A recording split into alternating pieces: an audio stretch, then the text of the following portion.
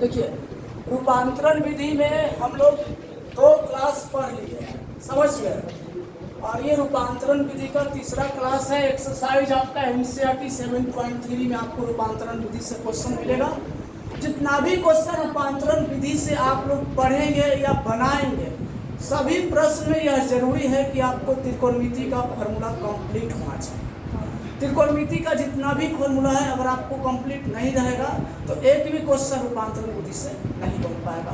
जैसे कि एक क्वेश्चन है, हम आपको बताए थे, एक फार्मूला है, जो फार्मूला हम आपको बताए थे, फार्मूला था 1 + cos 2x का। इसका फार्मूला हम पिछले प्रश्न में बताए थे, बहुत सारा क्वेश्चन चले थे। इसका फार्मूला क्या होता है, तो 2 cos स्क्वायर x होता है। बात समझ गया। अब यहीं से हम आपसे बोले कि 2 इधर गुना में है, तो उस तरफ 2 क्या में चला जाएगा, भाग में चला जाएगा। तो 2 इधर भाग में आ जाएगा, तो आपके पास हो जाएगा इधर 2, और इधर आपके पास ऊपर पहले से क्या है 1 + cos 2x। इधर बचा कौन, cos स्क्वायर x बचा। यस या मतलब आगे चल के आप कह सकते हैं कि cos स्क्वायर का फॉर्मूला आपका, और cos स्क्वायर का फॉर्मूला क्या होगा बताइए, 1 + cos 2x अब बटा, ये फॉर्मूला किसका है, cos स्क्वायर x का। थोड़ा सा इसमें यह ध्यान दीजिएगा कि यहाँ अगर x है तो इसी का डबल कहाँ मिलता है, यहाँ पर। जो एंगल यहाँ पे होगा इसका डबल आपको यहाँ पर। अब इसी में आपसे कोई कहेगा कि एक काम कीजिए, cos स्क्वायर 2x - 1 का बताइए। cos स्क्वायर 2x - 1 का कोई पूछेगा आपसे तो क्या बताइएगा। देखिए, cos स्क्वायर से cos स्क्वायर तो मैच कर रहा है, तो आराम से लिखेंगे 1 + cos, इतना लिख सकते हैं। हम आपको बोले थे कि जो भी एंगल होगा इसका डबल कहाँ लिखेंगे, यहाँ लिखेंगे। तो बताइए इसका डबल करें कि इसका डबल करें, दोनों का डबल होगा, दोनों का। तो इसका डबल हो जाएगा 4x और इसका डबल 2 हो जाएगा, तो ये आपका 4x - क्या आएगा, समझ गए। तो आगे चल के इसका यूज हम इस यहाँ पे करेंगे। देखिए ध्यान से बताइए, cos स्क्वायर 2x - 1 के स्थान पे आपको हम समझा चुके हैं, क्या लिखेंगे बताइए।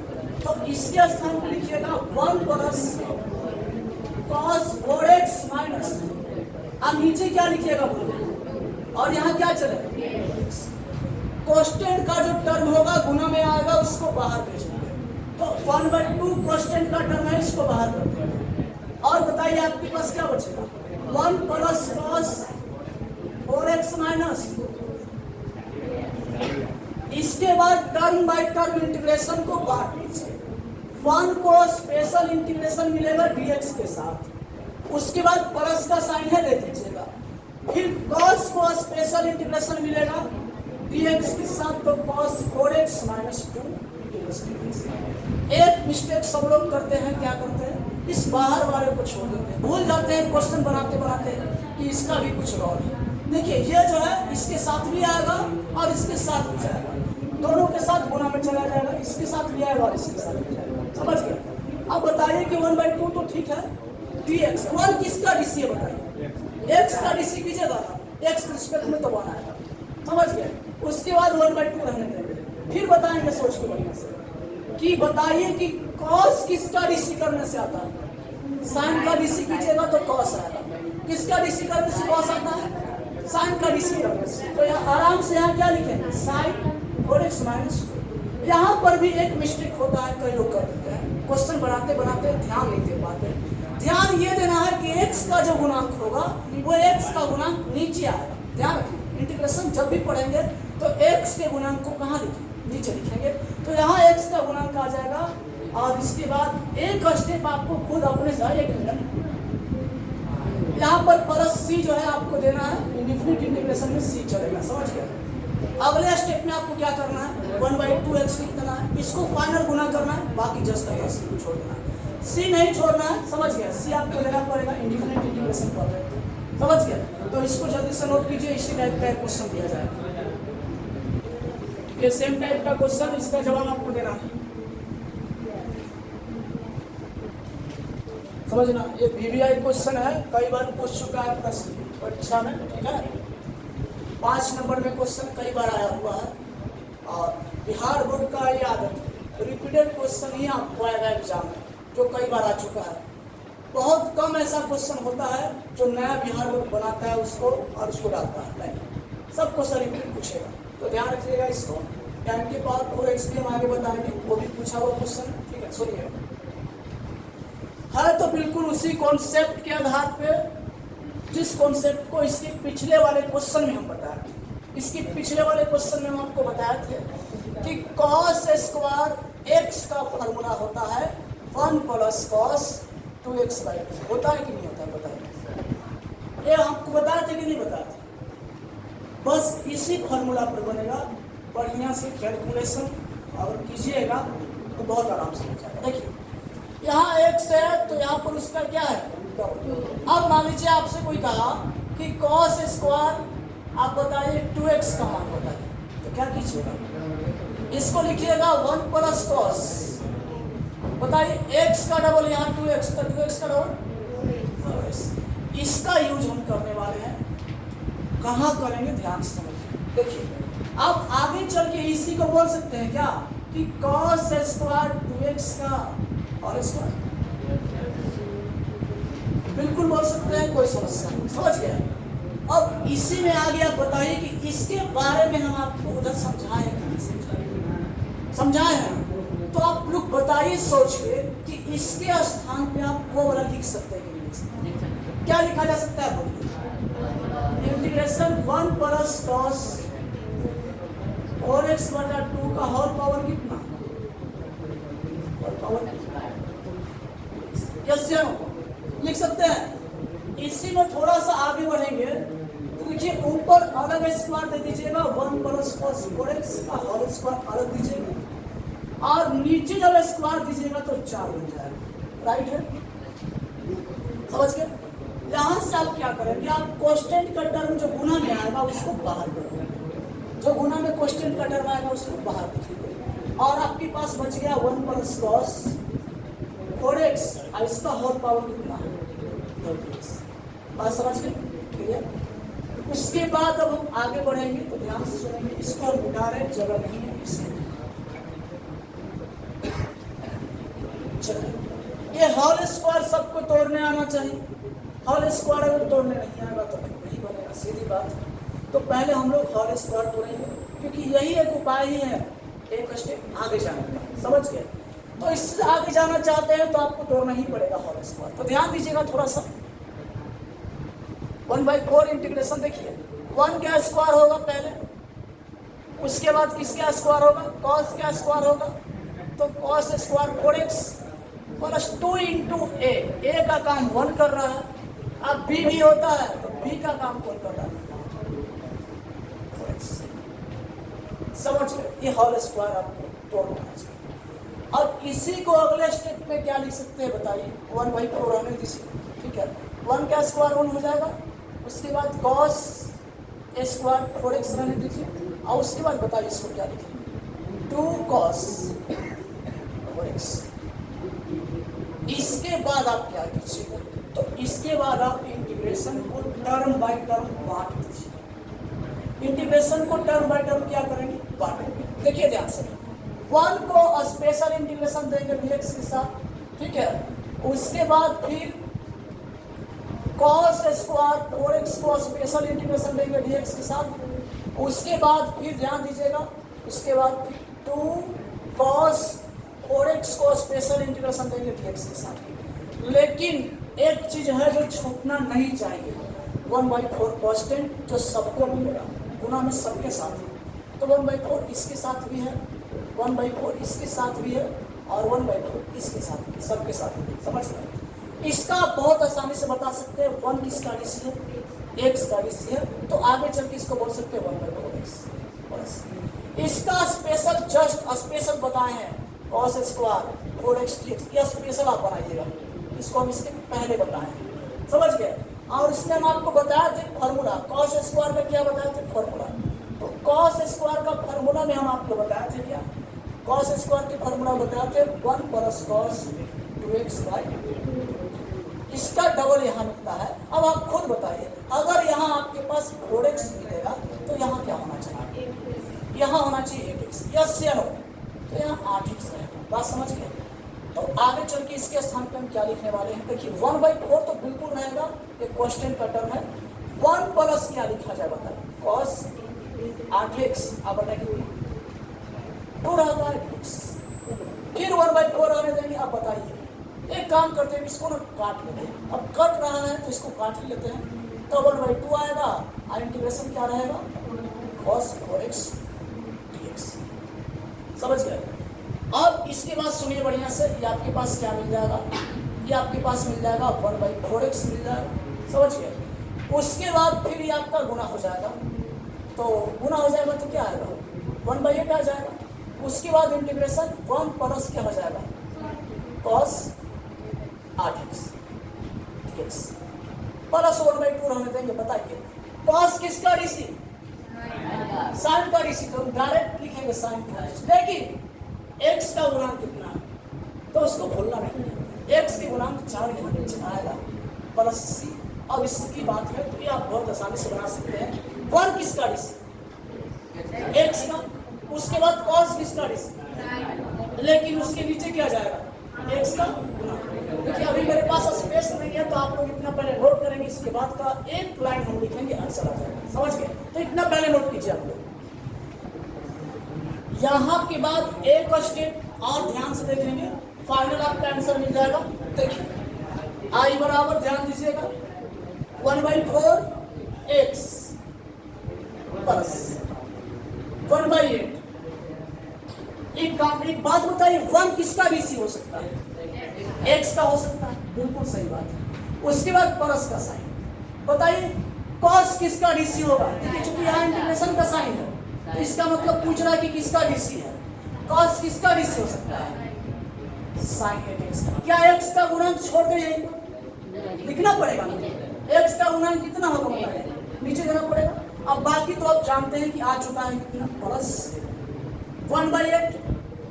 उसके बाद साइन 4x प्लस। देखिए इसके बाद भी बढ़ना है ये क्वेश्चन, ठीक है, क्योंकि आपको इसको गुना करना है। इसके बाद भी बढ़िएगा तो आपके पास क्या मिलेगा? 1/4x प्लस, इसको गुना कर लेंगे तो 1/8x प्लस ये कितना आ जाएगा? sin 8x बटा कितना? 64 और 1/8 sin प्लस। क्या ये झूठेगा नहीं? जुट जाएगा।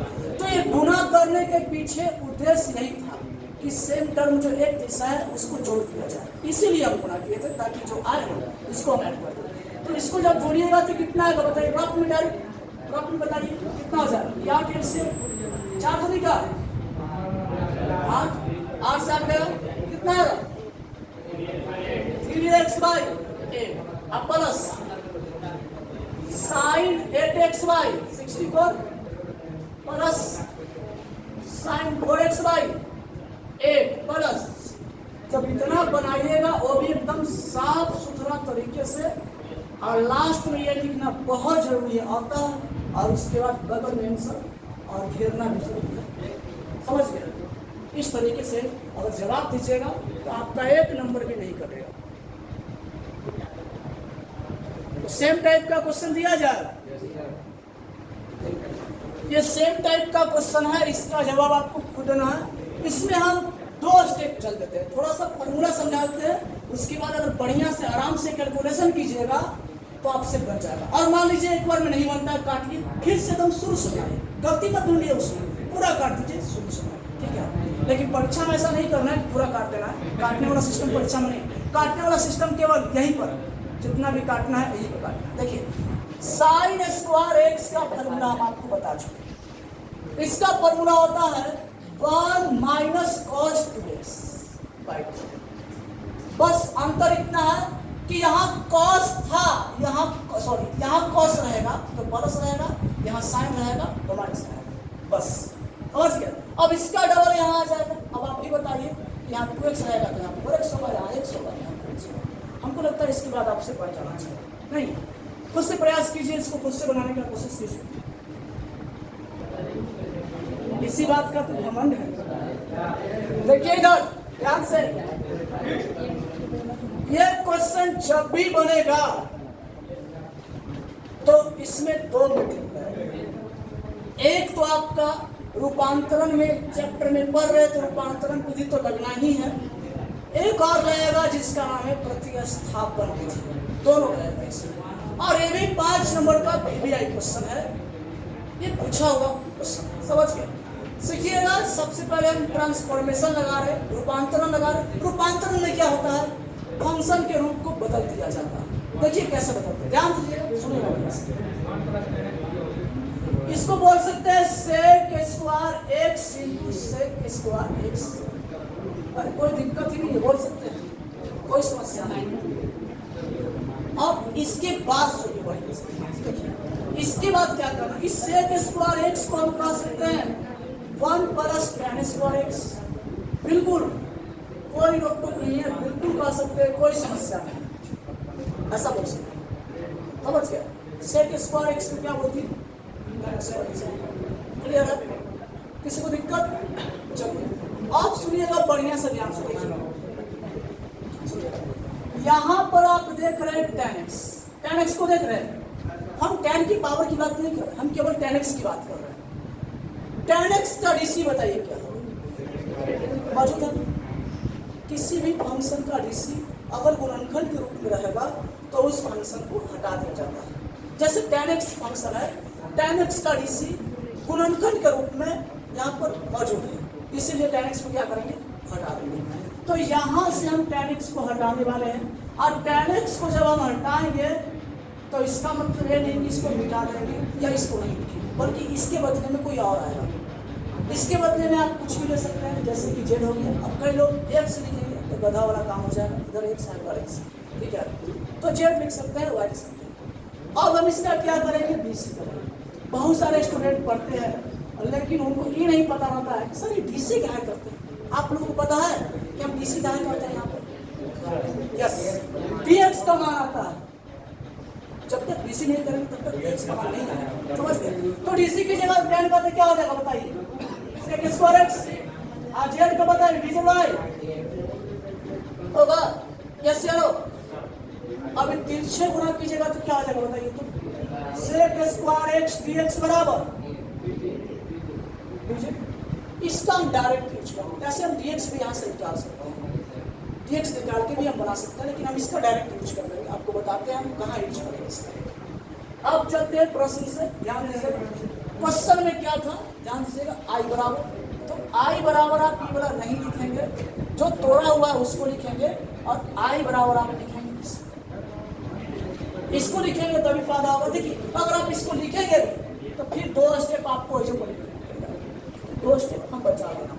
अगर मान लीजिए कि यहाँ लिखना चाहे इसको तो इसको लिख सकता है, लेकिन 2 स्टेप फिर चलना पड़ जाएगा। तो इससे अच्छा है कि हम डायरेक्ट यहीं से चल लेते हैं। और यहाँ आपके पास क्या है, 1 + tan स्क्वायर x dx।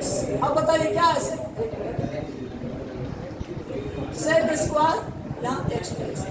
इसमें जिसको जानते हैं उसको लिखेंगे, जिसको नहीं जानते उसको छोड़ो। बताइए किसको जानते हैं आप? tan x को बिल्कुल जान रहे हैं, tan x को क्या जानते हैं, तो tan x के स्थान पर z रहेगा, और उसके बाद स्क्वायर तो छोड़ ही नहीं सकते।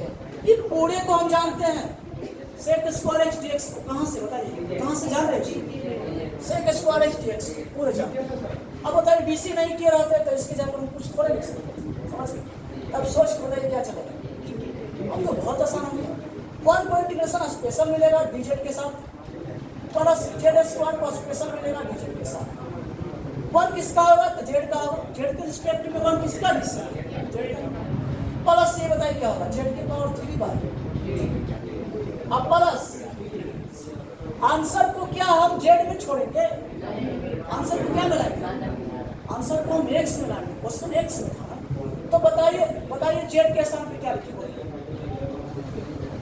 tan x प्लस tan के पावर 3x/3 प्लस c, और ये आपका क्या हो गया, सही आंसर। इतना आप कर लीजिएगा तो आपको मिल जाएगा पूरे 5 समझ गए। तो उम्मीद आपको समझ में आया होगा, जल्दी से इसको नोट किया जाए। वीवीआई की पावर इनफाइनाइट का मतलब समझ ही रहे हैं आप लोग। एक क्वेश्चन आने वाला है, समझिए तो आ रहा है, रास्ते में है। जिस तरीके से आप tan स्क्वायर का निकाले थे, रूपांतरण विधि लगा, tan के पावर 4 दिया, उससे थोड़ा सा भारी दे दिया, ठीक है। तो ये कैसे बनेगा, सुनिए बढ़िया से, इसका भी तरीका सिखा रहे। चैप्टर में कुछ क्वेश्चन रहता है जो कुछ अलग प्रकार से बनता है, बाकी के जैसा नहीं बनता, ठीक है। सुनिए, इस tan के पावर 4 को आप लिख सकते हैं क्या, tan स्क्वायर x का होल स्क्वायर। अब रूपांतरण विधि पढ़ रहे हैं, इसके रूप को हम चेंज न करें, परिवर्तित न करें, तो फिर नाम काहे का है रूपांतरण विधि, बढ़िया से सुनिए। तो चुपचाप बैठो, रिकॉर्डिंग हो रहा है हमारे। देखिएगा, tan स्क्वायर x को क्या लिखेंगे, 10th क्लास का फॉर्मूला आप लोग जानते हैं, उसका होल स्क्वायर है कि नहीं। आगे बढ़ जाए, अब बताइए, होल स्क्वायर तो सब लोग तोड़ लेंगे। मेन यहाँ से यहाँ अगर आप सोच पा रहे हैं, इतना स्टेप भी चलने नहीं आता है कई विद्यार्थियों को, अगर आप इतना चल देते हैं तो फिर इसके बाद अपने आप ही आगे बढ़ते चला जाएगा। क्या दीजिएगा, देखिएगा, इसको स्क्वायर करेंगे तो a स्क्वायर हो जाएगा, तो आपका sec स्क्वायर x का स्क्वायर हो जाएगा, plus b square -2 into a into कितना, समझ गए।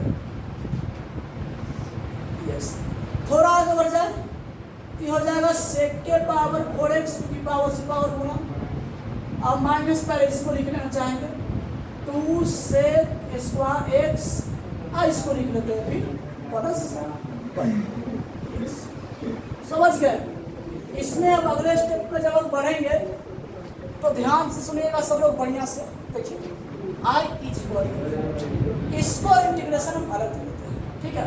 तो इंटीग्रेशन sec के पावर 4x dx माइनस इसको अलग से इंटीग्रेशन लेते हैं 2 sec square x integration dx, उसके बाद बचा हुआ है प्लस 1, तो 1 को इंटीग्रेशन कर लेते हैं dx के साथ।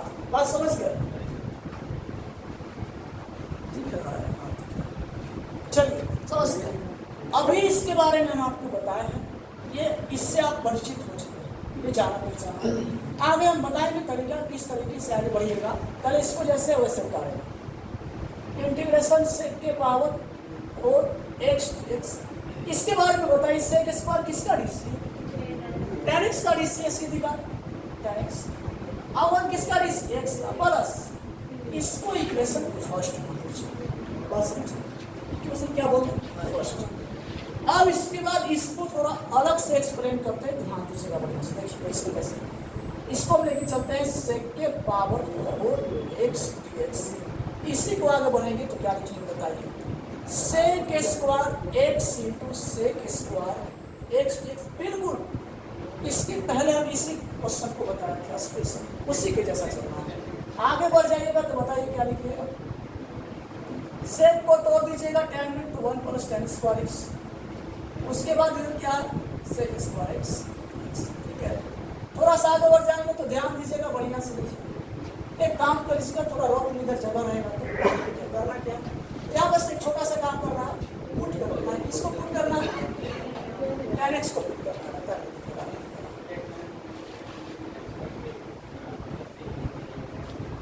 थोड़ा इधर चलिए, ध्यान दीजिएगा, यहाँ पुट कर दीजिए, किसको बताइए, tan x को क्या बोलते हैं z, फिर इसका डीसी कर लेंगे, तो डीसी करने के बाद dx का मान जानते हैं कितना आ जाएगा, जब आप डीसी कीजिएगा तो dx का मान आ जाएगा dz बटा sec स्क्वायर। देखिए इसके पहले हम इसको बता चुके हैं और आप लोग अच्छे से सीखे होंगे, तो इसका मान आराम से ला दीजिएगा, ठीक है। अब बताइए क्या लिखेंगे, 1 प्लस tan x के ऊपर z स्क्वायर, ठीक है। उसके बाद हमको तो लगता है कि यही फायदा होगा कि इसका डीसी कर लेंगे तो आ जाएगा sec स्क्वायर x, ठीक है, dz बाय dx। अब तिरछे गुना हो जाएगा तो sec स्क्वायर x dx के मान कितना आ जाएगा, dz, तो इसके बदले में डायरेक्ट यूज कर सकते हैं, इसका डीसी कर लेंगे तो इसका डायरेक्ट यूज हो जाएगा, क्या हो जाएगा। अब आगे बढ़ जाएंगे तो इसके बदले में हम डीजेड को लिख दिए, वन किसका डीसी, जेड के रिस्पेक्ट में तो जेड का है, उसके बाद किसका जेड स्क्वायर, जेड के पावर 3 बार अब प्लस। अब केवल क्या करेंगे, जेड के स्थान पे क्या रखेंगे 10x, और यहाँ भी तो इसका मान तो आराम से आ जाएगा। इसका हम निकाल रहे थे, आप ध्यान दीजिए, इसका निकाल रहे थे इंटीग्रेशन सेक के पावर कितना 4x dx का निकाल रहे थे, यहाँ बराबर के साइन है, तो आपको लगता है इसका मान आ जाएगा। और इसके मान को वापस किस में रखेंगे, फर्स्ट में रख देंगे। एक काम कीजिए ना, यहाँ तक उतारिए, इसके बाद इसमें ना आप क्या कीजिएगा, जेड के स्थान पे क्या रखेंगे 10x।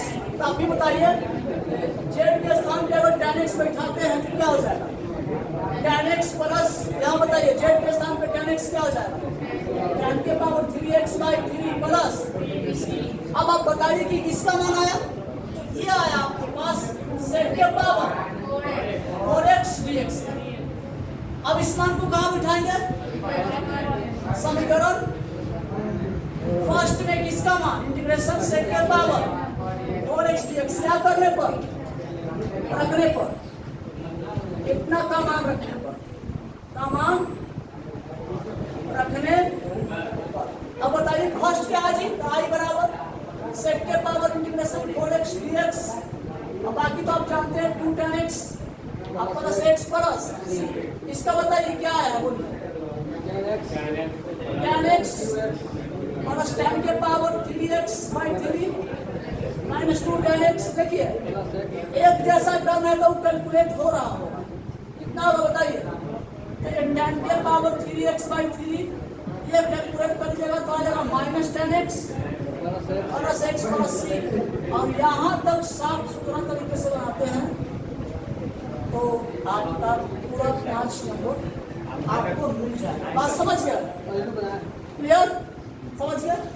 तो इस वीडियो में इतना ही, मिलते हैं अगले किसी वीडियो में।